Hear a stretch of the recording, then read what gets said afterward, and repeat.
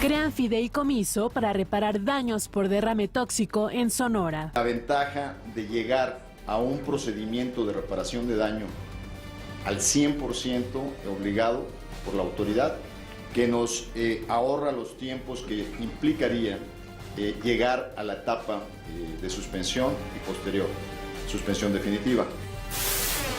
Anuncia Pemex inversión por más de 5,000 millones de dólares. El Ejecutivo Federal trabaja para desvincular el salario mínimo de otras variables en la economía, asegura el secretario de Hacienda Luis Videgaray. Celebro que en México se esté dando una discusión seria y abierta sobre el salario mínimo. Reconozco la iniciativa del jefe de gobierno del Distrito Federal, del presidente nacional de Acción Nacional, que han puesto este tema en el centro del debate. Con disturbios conmemoran el 41 aniversario del golpe militar en Chile. Países árabes se unen a Estados Unidos para combatir al Estado Islámico. ¿Qué tal? Muy buenos días, viernes 12 de septiembre. Muchísimas gracias por acompañarnos como todas las mañanas aquí en la mesa del Primer Café. Raimundo Riva Palacio, Paco Bundis, ¿cómo están? Muy buenos días, gusto saludarlos. ¿Cómo están? Buen día. Muy buenos días. Bienvenido de regreso, Paco. Gracias. Aquí les traigo un reporte interesante, amplio. Un reporte de la Costa Azul, dice que fue a trabajar, ya veremos qué es lo que dice. Lo que no deja de funcionar es la información. Se acaba de reportar la prensa británica la muerte de Jan Pasley. Ustedes se preguntarán quién es Jan Pasley. Él fue el líder de los unionistas en Irlanda del Norte. ¿Por qué es importante este obituario? Porque Jan Pasley fue la cabeza que enfrentó al ejército republicano irlandés en algunos de los lustros más sangrientos durante la ocupación del Reino Unido sobre Irlanda del Norte. Irlanda del Norte no es una nación independiente, está colonizado por el Reino Unido. Jan Pasley, que fue el líder de la extrema derecha, de los grupos paramilitares de extrema derecha en Irlanda del Norte, murió hoy. Murió de muerte natural. Es un momento interesante cuando está lo de Escocia de por medio, ¿no? Cuando viene todo este referéndum que va creciendo para que se separe Escocia del Reino Unido, que ya hablaremos de esto la próxima semana cuando se acerque más el referéndum. 18 de septiembre. Y hay que recordar que los escoceses detestan a los ingleses, no es algo nada casual. También hay algo que va a crecer, aquí pasó desapercibido, pero se lo queremos mencionar porque va a incrementarse el tema de una manera muy importante. Aquí pasó desapercibido, el miércoles pasado hubo una redada muy grande en el centro de Los Ángeles, en el distrito textil, de la ropa, de la moda, en el centro de Los Ángeles, en una operación que se llamó Fashion Police, moda policial, después de una larga investigación para encontrar los mecanismos de lavado de dinero del cártel de Sinaloa en esa industria. Detuvieron hasta este momento a 9 personas y empezaron a decomisar hasta 70 millones de dólares, pero ya tiene ramificaciones con Culiacán, que es de donde salía mucha de la... Había ropa, había empresarios y también había esta vinculación. Lo que menciono que va a crecer es porque no es una operación simplemente criminal en términos de cómo lo podemos percibir, sino que una de las 9 personas detenidas es Ignacio Muñoz Orozco. ¿Y quién es este hombre? Es un empresario de Culiacán, fue de hecho uno de los líderes de las cámaras, de la Cámara de Comercio en Culiacán y trabajó muy cerca de Heriberto Félix cuando fue secretario de Desarrollo Social en el gobierno de Felipe Calderón.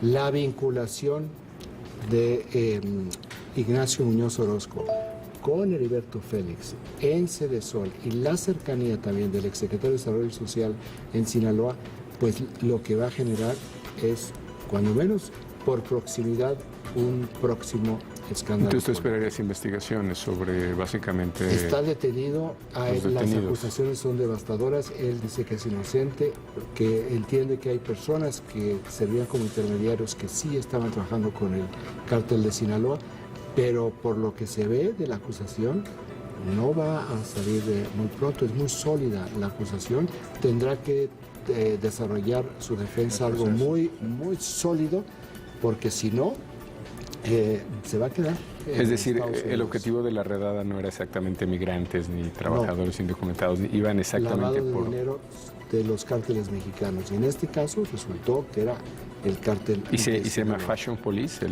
La operación. ¿Iban bien vestidos? Muy bien vestidos. Esos agentes Digo, por lo menos. ¿no? Iban muy Es que bien sí se vestidos. presta- Se los mencionamos porque estas No, son de claro. las informaciones Sí, que van a crecer. Y también en una información de mientras dormían, en un sentido mucho menos relevante, pero Óscar Pistorius, ayer hablábamos de que fue encontrado no culpable de homicidio doloso, pero hoy, hace apenas unas horas, fue encontrado culpable de homicidio culposo y ya sus sentencias se estarán dando en las próximas semanas. Está fuera libre bajo fianza y bueno, este deportista paralímpico y también olímpico está enfrentando ya ahora la justicia y se acaba aquí el proceso, ahora ya nada más espera la sentencia. Que tal vez sí merece una reflexión en términos de sistema judicial, ¿no? Primero lo abierto que fue el juicio, porque fue televisado prácticamente todo para, si lo cubre BBC, pues lo ve todo el mundo anglosajón. Y luego cómo se va siguiendo la lógica de las decisiones, cómo va decidiendo la juez. A mí me parece que es una experiencia judicial interesante, ¿no? Para Y en el reflexionar. PAI informativo de la agencia Intélite, esta mañana tenemos como principal tema, 31% de los impactos, el anuncio de Pemex de inversiones por más de $5,000 millones, que va a ser fundamentalmente destinada a la construcción de plantas para producir diésel y fertilizantes. Aquí este tipo de inversión está pensada, diseñada mucho para apoyar al campo.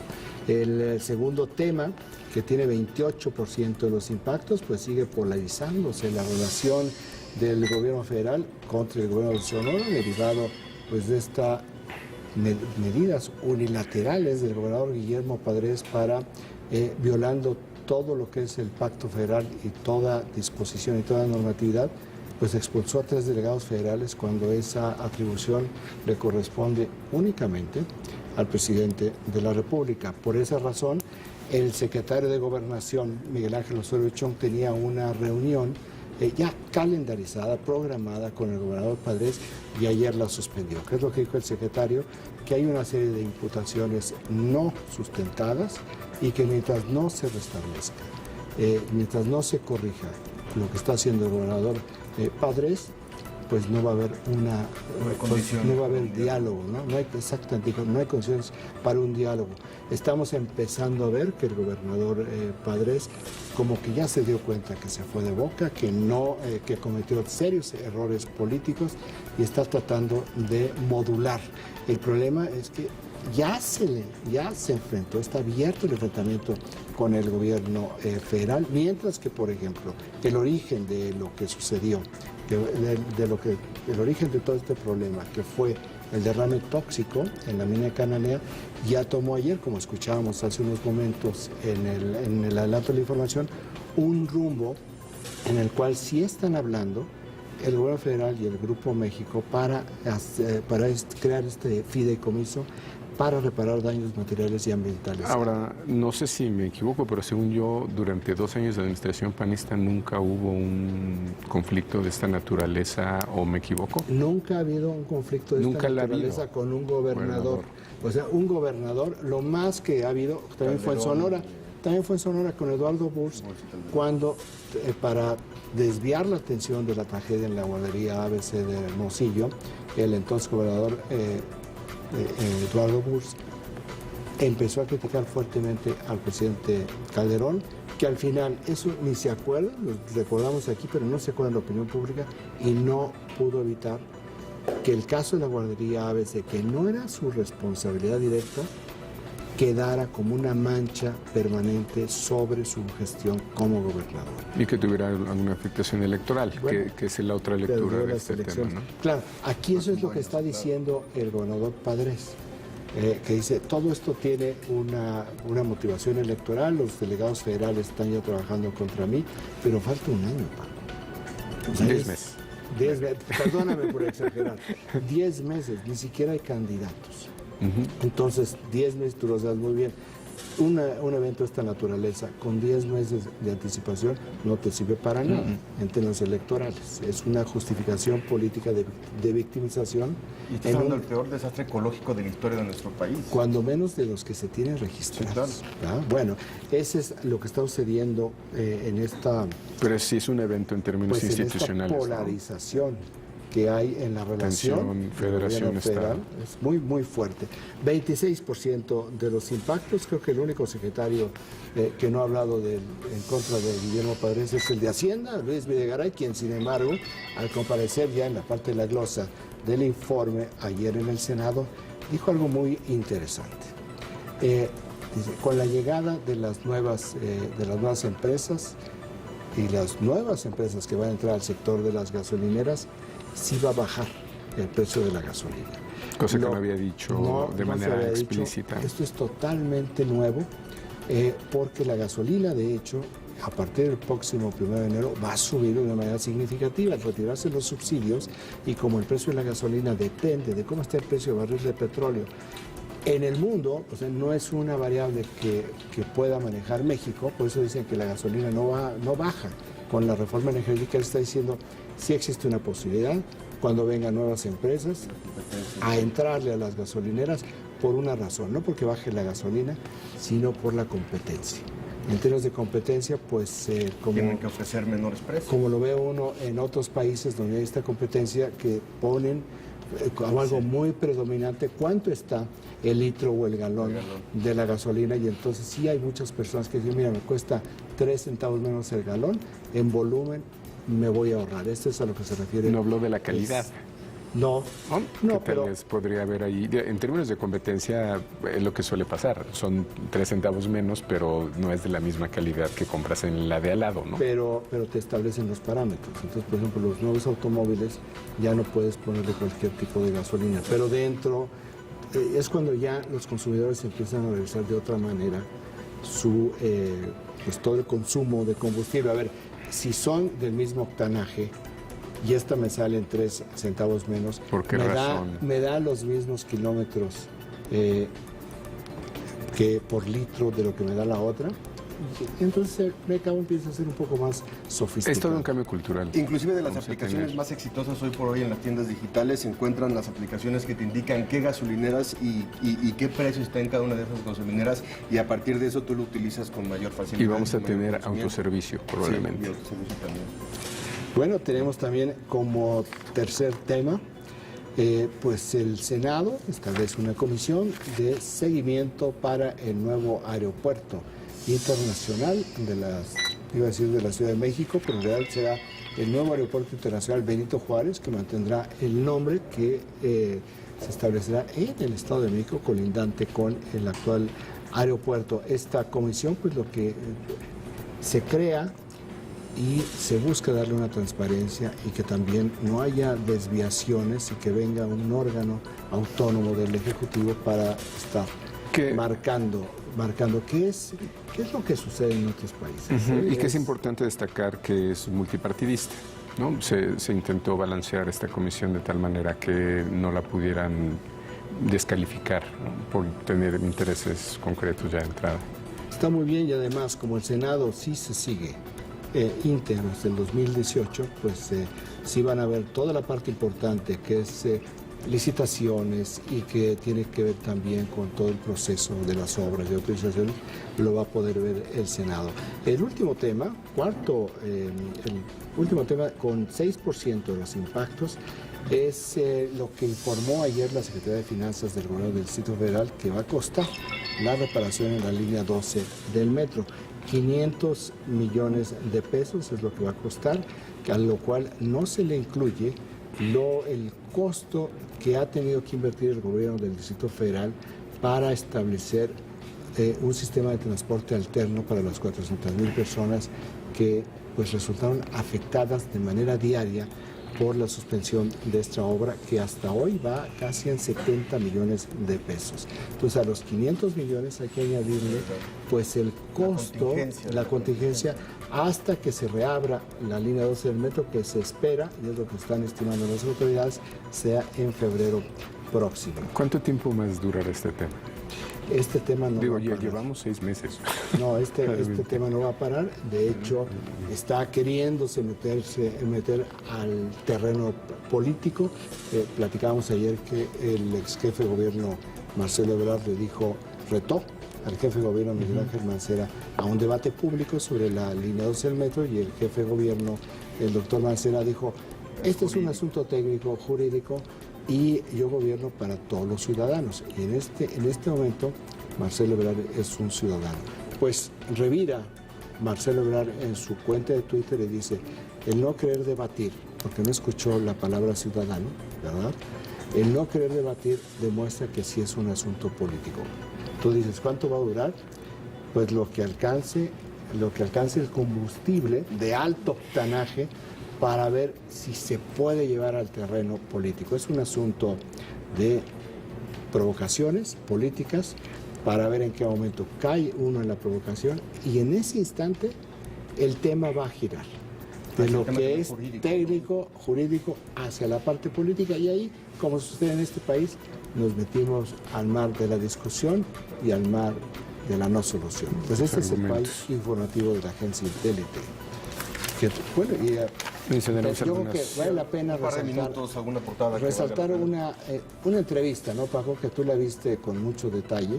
Me parece que es una entrevista que al presidente Peña Nieto del Universal destaca probablemente la afirmación que alguna gente esperaba desde hace tiempo. Lo había hecho la Cancillería, pero no lo había hecho el presidente, donde se critica pues las acciones que ha tomado el gobernador de Texas al mandar la Guardia Civil, la Guardia Nacional. La Guardia Nacional, perdón. Vienes de la costa sur.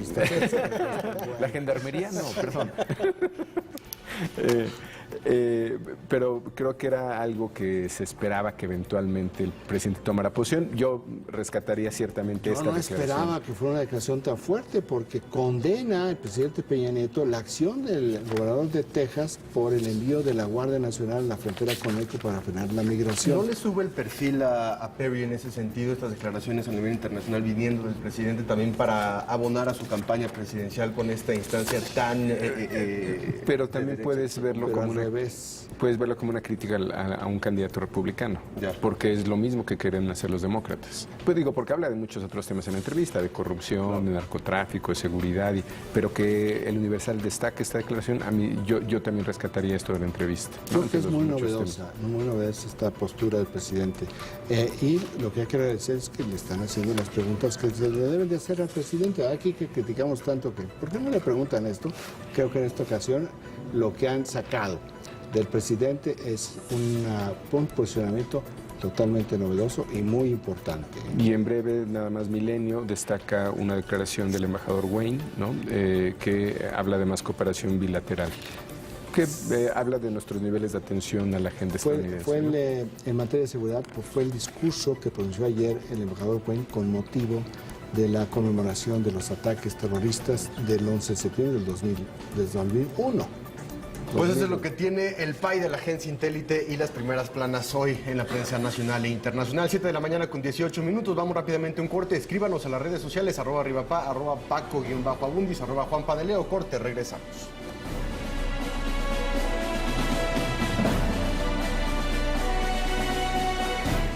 Con motivo de los 80 años del Fondo de Cultura Económica, Círculo Editorial Azteca organizó una lectura en voz alta del libro Poeta Maldito de Charles Bukowski.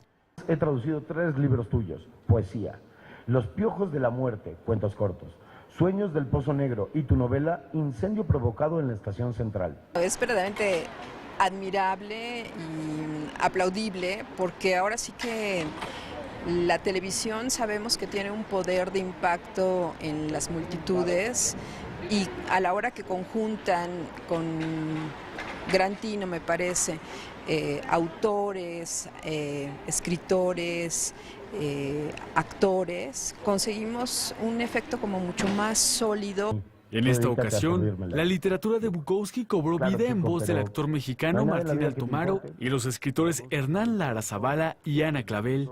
¿Has besado alguna vez a una pantera? ¿Has visto a una mujer pantera gozando el acto del amor? No has amado, amigo. Y la respuesta me parece increíble, que te escuchen, te oigan, me gusta mucho. Motivo de orgullo y de motivación, poder tener la oportunidad de leer cosas así. Gracias a que tenemos el apoyo de los actores de TV Azteca, de toda esta gente que es cariñosa con Grupo Salinas y con Círculo Editorial Azteca, podemos dar a leer en una voz dramatizada, en una voz perfectamente actuada.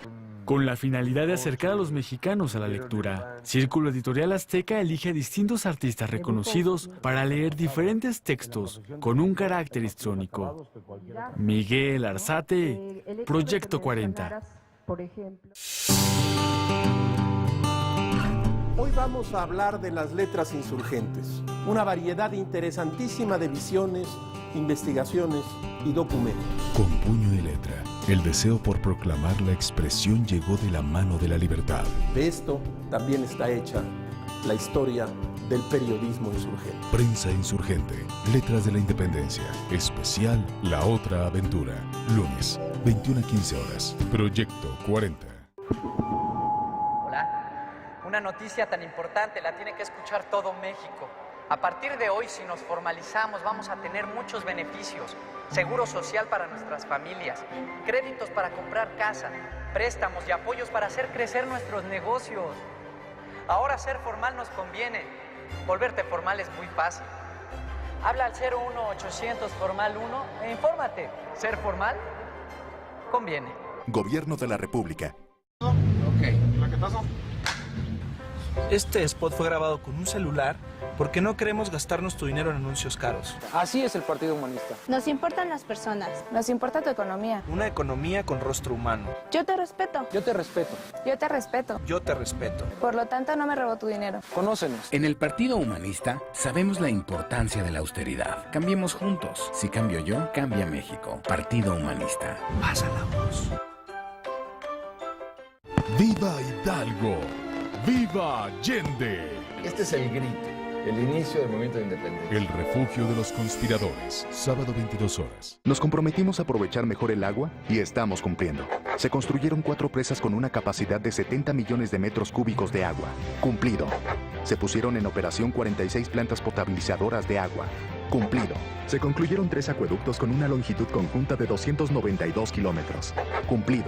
Hoy operan 73 plantas de tratamiento de aguas residuales. Cumplido. Nos comprometimos a mover a México y estamos cumpliendo. Mover a México, Gobierno de la República. Gigantes de la industria, el nacimiento de un gran imperio. Estreno, domingo 21 de septiembre, 22 horas. Proyecto 40. ¿Existe un lugar donde jugar basta? Se toma en serio. Apretemos un botón y a ver qué palabra sale. ¡Basta! R. Reporte Roemer. Bienvenidos a Reporte Roemer. El propósito es compartirles aquellas ideas de vanguardia que están revolucionando el pensamiento. Los sueños son la representación de nuestros miedos y de nuestros deseos. Los locos somos otro cosmos, otro horóscopo nos tocó. Un aplauso. Reporte Roemer, nuevo horario, viernes 21 a 45 horas. Proyecto 40.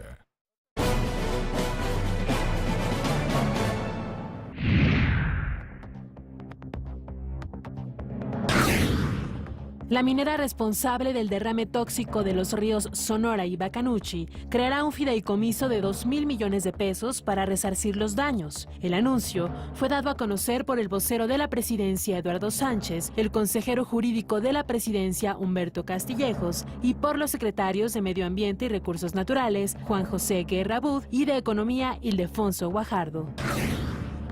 Este último señaló que dicho fideicomiso no incluirá recursos federales y agregó que no habrá demandas penales ni retiro de concesiones, ya que la empresa se sometió a la ley. La ventaja de llegar a un procedimiento de reparación de daño al 100% obligado por la autoridad, que nos ahorra los tiempos que implicaría llegar a la etapa de suspensión y posterior. Suspensión definitiva. Si se cumple con las determinaciones de la autoridad, automáticamente la actividad productiva seguirá su curso. Por su parte, el Gobierno de la República respaldó la actuación que realizan autoridades federales en materia ambiental en Sonora. Esto luego de que el gobernador sonorense Guillermo Padres Elías exigiera expulsar de la entidad a los delegados César Lagarda de la Comisión Nacional del Agua, a Jorge Andrés Zuilo Orozco de la Secretaría del Medio Ambiente y Recursos Naturales y a Jorge Carlos Flores Monge de la Procuraduría Federal de Protección al Ambiente. En respuesta, el vocero de la presidencia, Eduardo Sánchez, pidió al mandatario estatal apegarse a la ley. Para este viernes, se tenía programada una reunión entre el secretario de Gobernación, Miguel Ángel Osorio Chong, y el gobernador de Sonora, Guillermo Padres Elías. Sin embargo, dicho encuentro se canceló, ya que Osorio Chong subrayó que no existen las condiciones necesarias para un diálogo respetuoso y constructivo.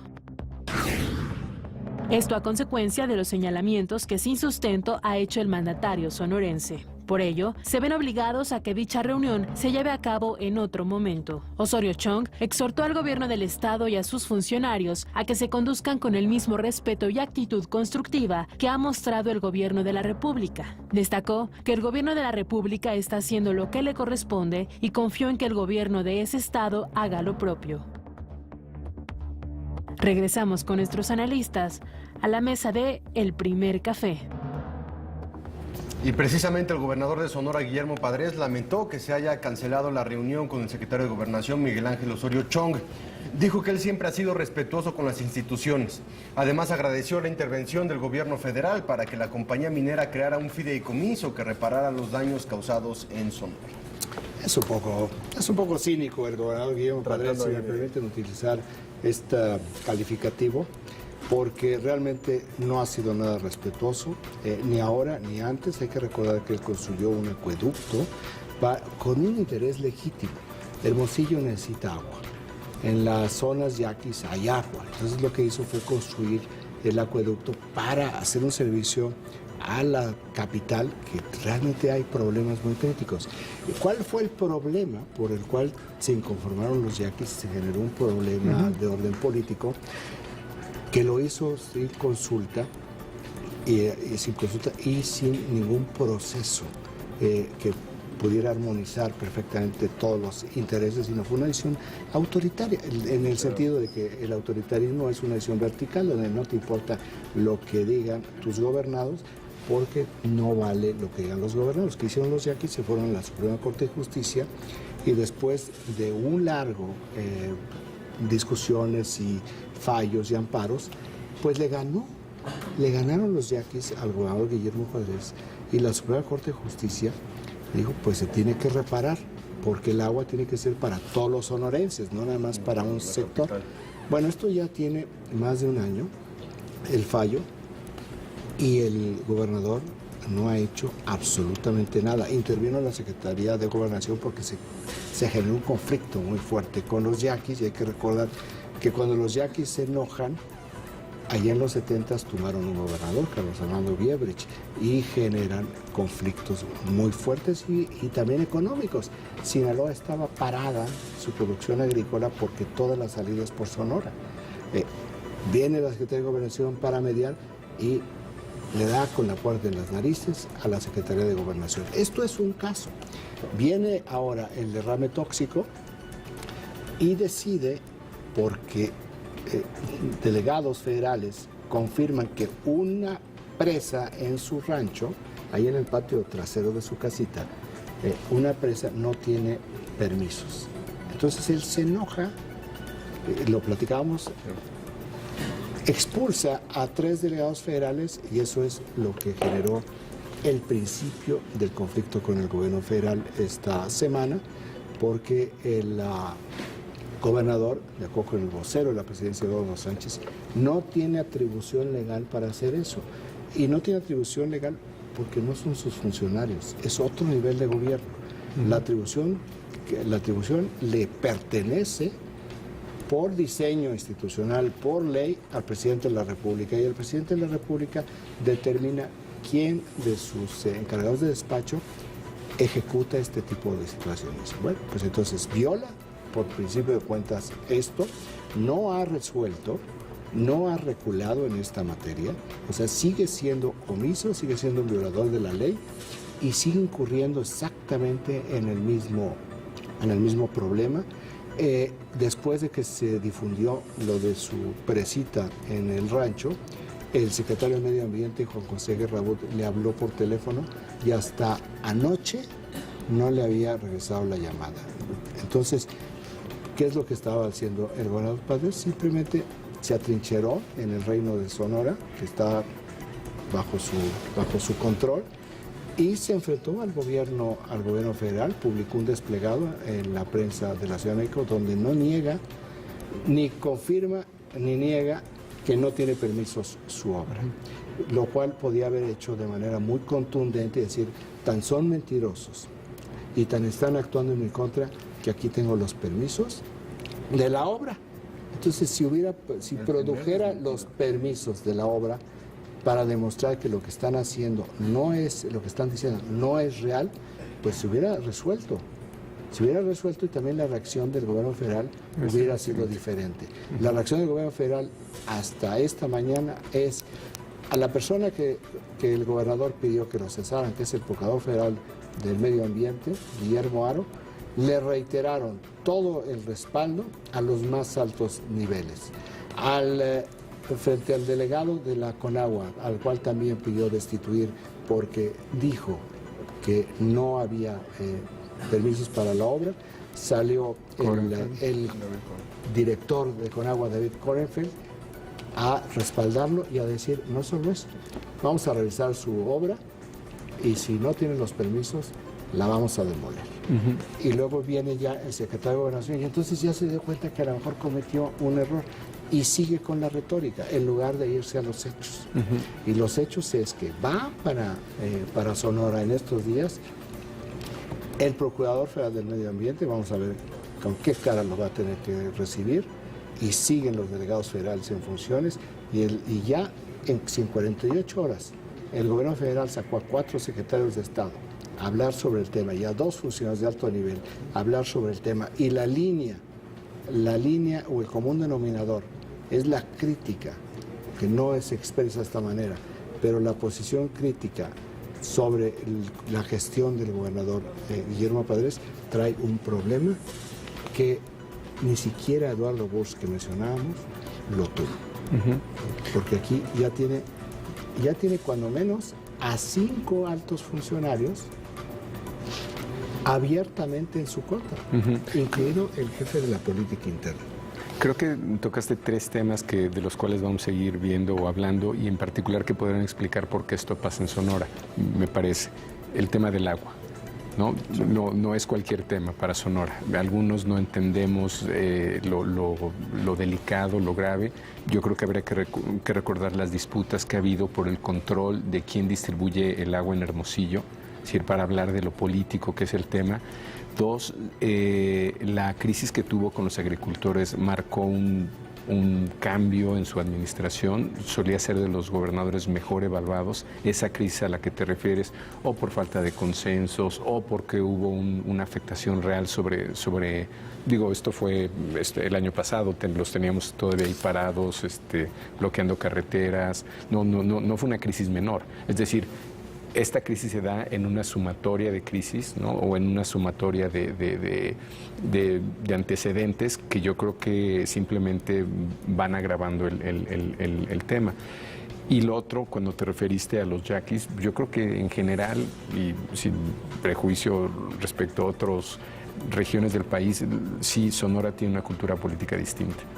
Creo que eso... Muy organizados y muy beligerantes en este tipo de situaciones cuando consideran que hay un abuso del poder, sin importar de qué color sea el del poder. Así es, y no podremos entender esta crisis sin esa suma de elementos. El agua no significa lo mismo aquí que en Sonora, ¿no? Esta cultura política de ciudadano muy demandante, además con un voto muy dividido. Por ejemplo, Hermosillo tiene hasta una tercera parte de su voto es dividido, es decir, uno de cada 3 votos va para el gobernador hacia un lado y hacia el presidente municipal para otro, lo cual habla de la sofisticación del ciudadano sonorense, por dar un indicador. Y lo otro es este conflicto de federación-estado que nunca lo comparamos con la Ciudad de México, y tú decías, la Ciudad de México con ninguno de sus jefes de gobierno llegó a este nivel de enfrentamiento. Nunca se violó el pacto federal. Sí, a nivel declarativo, ¿no? Sí, pero los dichos no son los hechos, ¿no? Y de hecho, perdón por la múltiple redundancia, así se manejan los políticos con estos códigos. O sea, está bien, yo entendemos que tú puedas elevar el tono, pero elevar el tono no quiere decir esta ruptura. Y mencionábamos, en el caso más álgido de la relación entre el presidente Vicente Fox y Andrés Manuel López Obrador como jefe de gobierno del Distrito Federal, cuando vino aquel desastre en Tláhuac con el linchamiento de 3 policías federales, el secretario de Seguridad Pública era Marcelo Ebrard, y la atribución legal sobre el nombramiento del procurador y del secretario de Seguridad Pública en el Distrito Federal es del Ejecutivo Federal. Y Vicente Fox destituyó a Marcelo Ebrard y López Obrador no se fue a la rebeldía. López Obrador dijo muchas cosas, declaró muchísimo, argumentó que ese era un asunto político. Pero acató legalmente la medida. Se mantuvo dentro de la legalidad. Sacó a Marcelo Ebrard, lo mandó a la Secretaría de Desarrollo Social, pero no desobedeció. Aquí es flagrante. Yo no recuerdo una situación de un desafío al Ejecutivo Federal, no en términos declarativos, en términos de hechos. Tu función es esto, pues ¿sabes qué? La función la asumo yo, porque yo, Ejecutivo Estatal, tengo mayor poder que el Ejecutivo Federal. Hay un antecedente por ahí de Carranza en 1912. ¿Y qué crees? Que un gobernador. ¿Cómo se ha desviado también el tema de lo que es el hecho de la contaminación de la mina a los ríos y la reparación absoluta del daño, que eso se entiende, pero también qué dice de esta, como tú dices, confrontación entre el federativo y el Estado, y también de lo que viene con el tema de la reforma energética y la capacidad que tengan también las propias poblaciones para defender ese tipo de derrames y ese tipo de contaminación ante la politización constante de los temas en nuestro país? Sí, yo creo que no, digamos, son la crisis de... Ya dejó de ser tema, digamos, por lo menos a nivel mediático, la contaminación y la reparación del daño. Bueno, ayer en el anuncio del fideicomiso... Con la reacción, ¿no? Lo que te habla es que la empresa del Grupo México y el gobierno sí traen puntos de contacto, sí están trabajando sobre el tema. El Grupo México, al aportar estos 2,000 millones, que son como 13% de su capitalización, está dando estos pasos que no está dando el gobernador. Exactamente. Cuando el problema original ni siquiera es del gobernador. Pues eso es lo insólito. O sea, él se fue de frente por un tema de interés particular, su rancho.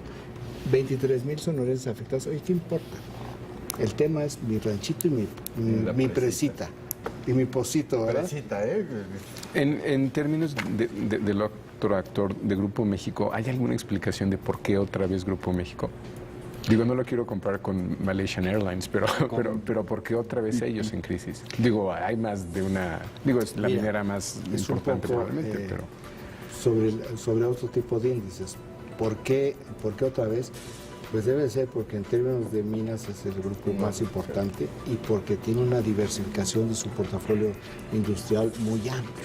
Entonces, cuando tú tienes tantos, estás metido en tantos negocios tan importantes, tan grandes, pues cualquier cosa que falle, la exposición pública es muy fuerte.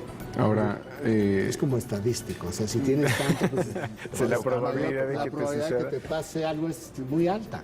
Y es interesante su respuesta porque habla de mejores prácticas y protocolos de seguridad, que yo creo que es el subtexto, la línea tras de esto, ¿no? Es lo increíble.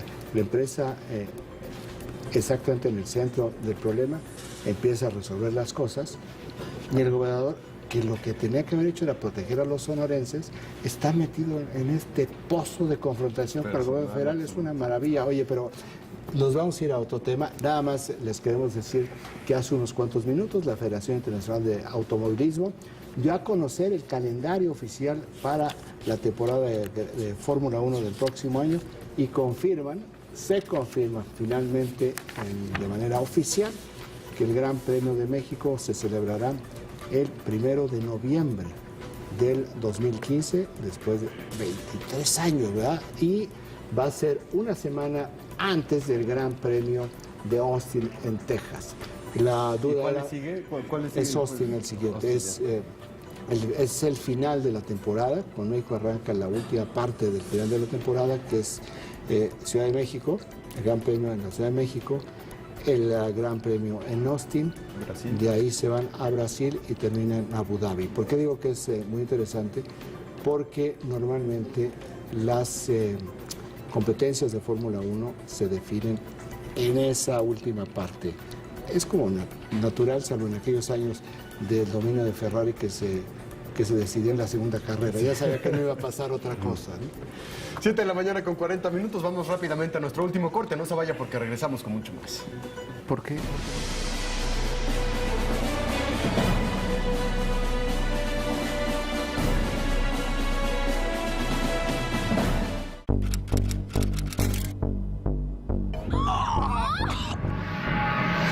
Descubrimos entonces que era el torso, sin cabeza ni extremidades, de una mujer adulta de raza negra. El examen microscópico de los fragmentos óseos mostró claramente que se había usado un tipo de sierra para cortar los huesos de los brazos. Forenses al extremo. Domingo 22 horas. Proyecto 40. Para nosotras las mamás, la salud de nuestros hijos es lo más importante. Por eso, les tengo buenas noticias. Dulces, refrescos, chocolates y botanas ya no pueden anunciarse a las horas que nuestros hijos ven la tele. Además, los productos más nutritivos cuentan con un sello para que podamos identificarlos fácilmente. Ahora sí, saber cómo alimentarse sanamente es mucho más sencillo para ellos y para nosotras. Secretaría de Salud, Gobierno de la República. Santo Padre, no puedo casarme con su hija. ¿Por qué? Los Borgia. Jueves 22:30 horas. Proyecto 40.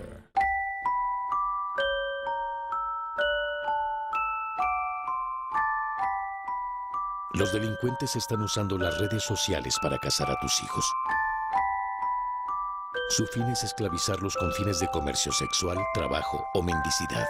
La Comisión Especial contra la Trata de la Cámara de Diputados está trabajando para prevenir y erradicar este delito. Tú puedes ayudar a prevenirlo. Cámara de Diputados, 62ª Legislatura. Tuve un accidente hace 4 años y me recogió la Cruz Roja. Me caí y me abrí la espalda. Estaba con mi esposo y mi hija. Llamaron al 065 de la ambulancia de la Cruz Roja. Para María, la diferencia entre la vida y la muerte fue la atención inmediata. Muy bien me atendieron. La mejor ayuda es la que viene del corazón. Este 18 de septiembre, apóyanos para conseguir más ambulancias. Gracias a la Cruz Roja Mexicana. Movimiento Azteca y Nacional Monte de Piedad. Leyenda Urbana ya cumple 7 años en el Canal 40, Proyecto 40. Y lo celebramos con un especial de uno de los lugares más bellos de la Ciudad de México. Estamos hablando del Palacio de Bellas Artes, estamos hablando de la historia de este coso que cumple justamente durante este mes 80 años. Mi nombre es Alberto Barranco Chavarría y esto es Leyenda Urbana. Especial Bellas Artes, sábado 21:30 horas. Proyecto 40.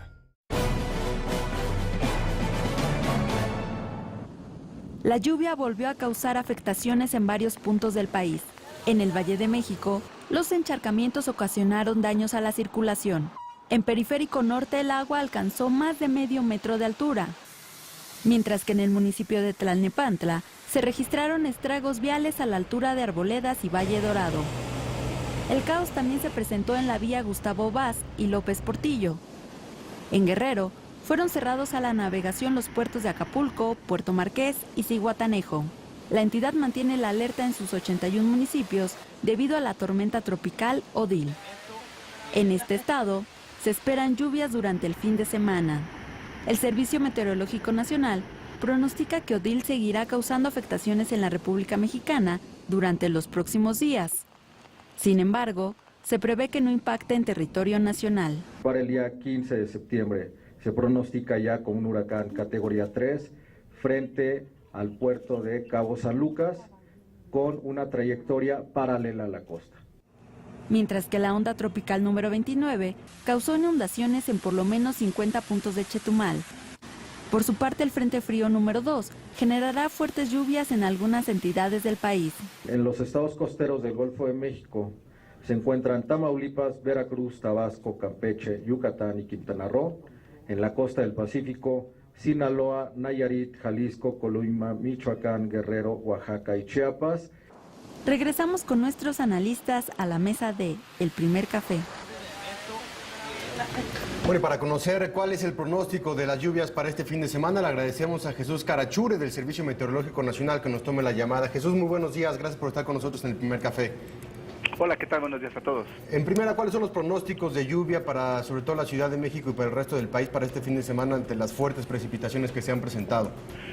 Pues mira, ahora sí que malas noticias, ¿no? Para la gente que nos escucha en cuanto a las lluvias, que es tu pregunta.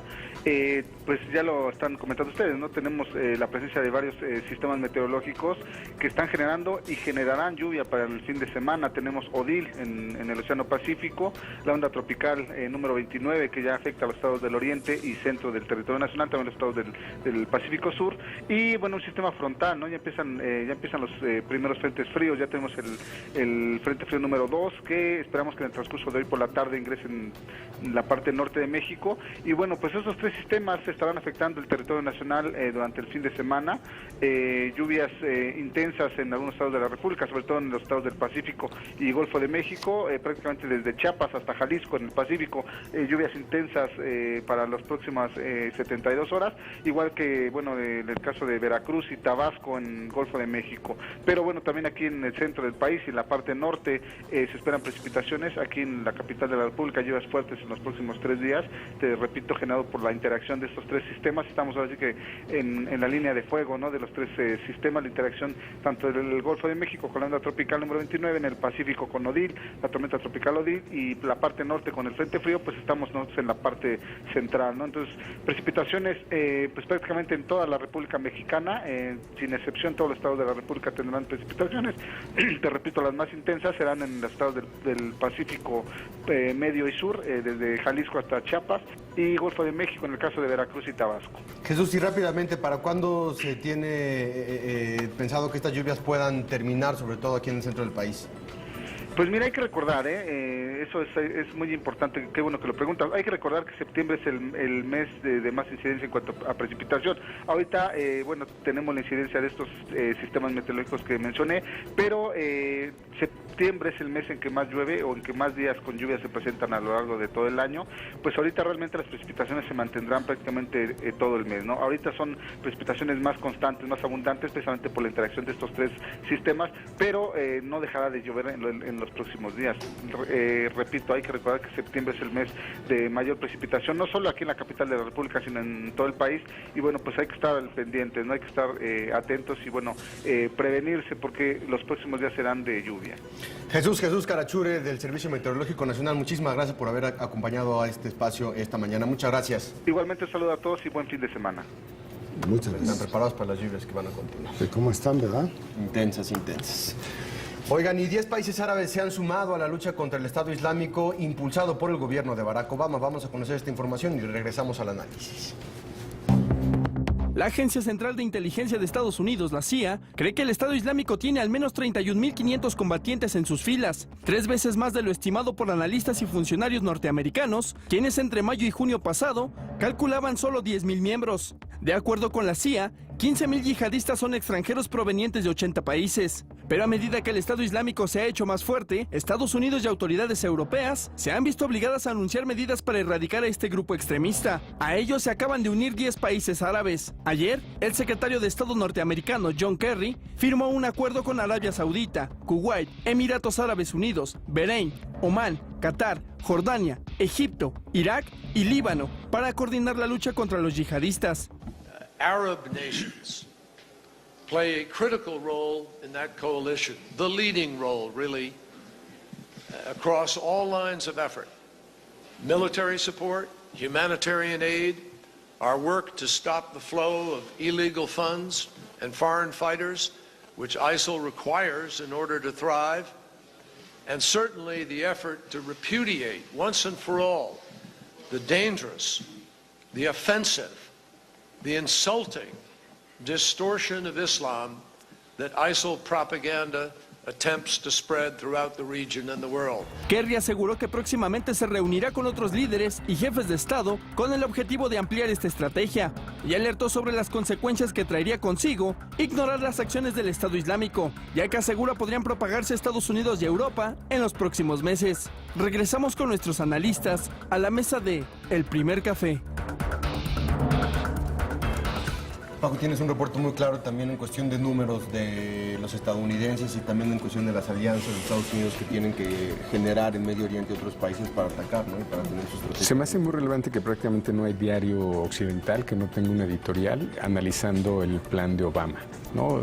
Y que creo que en general el tono es muy crítico, tanto por los términos que utiliza como por... The Guardian, por ejemplo, enfatiza mucho que su declaración de guerra, porque es eso prácticamente, está muy en función de intereses estadounidenses, pero pide la cooperación del mundo. Entonces, a ver, como todos vamos a salir a defender los intereses de Estados Unidos o tenemos que hablar de nuestra responsabilidad. ¿Por qué, verdad? Sí, es decir, como que hay, visto desde fuera su discurso, que sin duda es muy patriótico y para un público estadounidense, como que tiene tiene crítica dentro y fuera.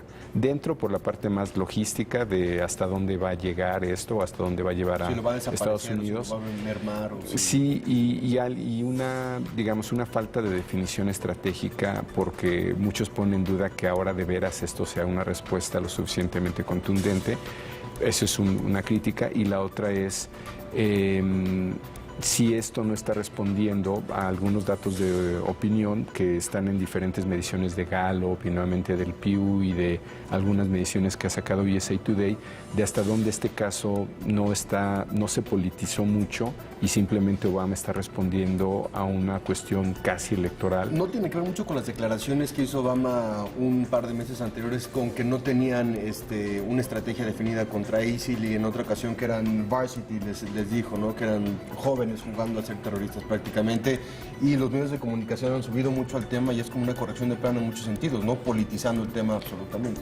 Y si ves cómo están los niveles de preocupación de los estadounidenses, pues sí están hasta arriba. Es decir, sí creo que los videos, por ejemplo, como evento, ha sido el evento más visto por los estadounidenses después del 11 de septiembre. Es decir, no había habido un evento de esta dimensión prácticamente en 13 años. 94% de los estadounidenses registraron esto, ya sea visualmente o por narrativa. Pero sí es, digamos... Lo que te genera una presión de opinión pública muy fuerte. Así es, ¿no? Y te obliga a tomar inclusive decisiones que a lo mejor no estás tú del todo convencido, pero tienes que hacerlo. Y entonces lo que están destacando varias de estas editoriales es la desproporción porque ha habido una cantidad de eventos donde podría haber tenido mano dura, no la ha tenido, y esta parece una respuesta muy obvia a temas de opinión, y otra vez algunos hablan ya de la elección, ¿no? De elección intermedia. Si quieren, vamos a ver algunas de estas mediciones. Nuevamente, algunas son de Gallup, otras son del Pew. En un primer gráfico, por ejemplo, vemos el cambio de noviembre de 2013 a agosto de 2014 el cambio de opinión de los estadounidenses en el rol de Estados Unidos para resolver los problemas del mundo. Y dice que en términos de ayuda para resolver los problemas, que tanto hace Estados Unidos, y baja de un 51%, donde se asume que Estados Unidos, ¿no?, es la nación dominante, baja pues a 39 puntos. Hace muy poco sube de 17 a 31. Es decir, si hay un cambio de opinión Tiene mucho que ver con el discurso de los republicanos hacia el tema de Barack Obama. Y digo, yo lo he insistido mucho, cuando la economía está bien, cuando los empleos van bien, el tema se convierte en política exterior, que generalmente no es de mucho interés, y los republicanos son mucho mejores y mucho más hábiles en posicionar los temas a nivel mediático. Bueno, no es de mucho interés, pero en términos de elecciones, una claridad dura siempre le da le da una buen espacio a la opinión pública. Sí, una posición. Ahora es interesante porque los republicanos no están saliendo tan bien librados de esta crisis, ¿no? Porque hay una parte que se les atribuye a ellos por la cual Obama no ha podido tomar algunas decisiones ejecutivas. El siguiente gráfico, por ejemplo, compara qué tan poderoso es Estados Unidos comparado con la década anterior y esa línea que vemos que se dispara es la respuesta de es menos poderoso y su rol es menos importante comparado con hace 10 años. 53%. 53% y 48% en las últimas 2 mediciones. Es decir, la sensación de los estadounidenses de que están perdiendo el control, de que están dejando de ser esta potencia que ordena el mundo, creo que es bastante clara. Este gráfico, por ejemplo, que viene desde el 74, ¿no? Viene hace 40 años, nunca había registrado estos niveles de pérdida o de sensación de pérdida. Si vamos en particular a la administración de Obama, que lo vemos en el siguiente gráfico, sí está haciendo lo suficiente en los asuntos de seguridad nacional. Se ven muchos números ahí, quisiera poner nada más el énfasis en la última columna, agosto de 2014, donde dice en la segunda categoría es no lo suficiente. No lo suficientemente duro. No lo suficientemente duro, exacto, esa era la traducción. Va de junio de 2009, que era 38%, el no suficientemente duro sube a 54%. Es decir, y el que está haciendo lo justo, el about right, ¿no? Justamente que está diciendo bien, baja de 51 a 36. Oye, solo el 7% dice que no sabe. Es bajísimo, ¿no? Tienen una concepción muy clara del asunto. Sí. Todo el mundo tiene opinión y va a la baja claramente, ¿no? Sí, digo, es una tabla un poco saturada, pero yo pondría el énfasis en esos 4 datos, ¿no? Como el que no está haciendo lo suficientemente duro sube, ¿no? Sube 16 puntos y el que estaba haciendo las cosas bien baja otros 16, ¿no? 15, de 51 a 36. Luego, si vamos a los niveles de interés, que esta gráfica la hemos analizado en otros momentos, pero esta la va actualizando el Pew Research de manera frecuente, y digo, esa es una gran ventaja, que sus mediciones las tienen con mucha actualidad o las van actualizando. Este es del 20 al 24 de agosto, hace menos de un mes. Si ven, lo que aparece como la mayor amenaza son los grupos extremistas como Al-Qaeda. De hecho, todavía aquí Al-Qaeda sale por arriba de ISIS, 71%, luego ISIS 67%, luego viene Irán 59%. O sea, entre esos 3 primeros temas, todo es Medio Oriente y todos son conflictos con musulmanes. Luego vendría Corea del Norte, las tensiones con Rusia y Ucrania, 53%. El ébola ya se fue hasta abajo, 52%. Ahorita les doy una buena noticia de eso de irse hasta abajo. China y su emergencia como potencia, el cambio climático y Israel y Palestina. Hablamos mucho aquí del tema del lobbying que hacen mucha parte de la comunidad judía en Estados Unidos, y aquí se ve claramente, el interés es el último interés por parte del público. Sin embargo, en la agenda política y en la agenda mediática es un tema constante de interés. Y es importante que como categoría, ni siquiera sugerida, aparezca la crisis humanitaria o la crisis de migrantes, porque en algún punto hemos llegado a estar en esta gráfica. Salimos de ese nivel de gravedad. Y finalmente, nada más para corroborar estos datos, y vemos otro gráfico de qué tan preocupados están con el surgimiento del movimiento islámico. Así es, en el mundo y en Estados Unidos. El gráfico de la izquierda es el mundo y el de la derecha Estados Unidos. Pues nuevamente vemos cómo se disparan estos niveles de preocupación a 62 y 53%. De hecho, es interesante porque se considera que el mundo está más en peligro que propiamente Estados Unidos, según este gráfico, pero no dejan de tener la misma sensación.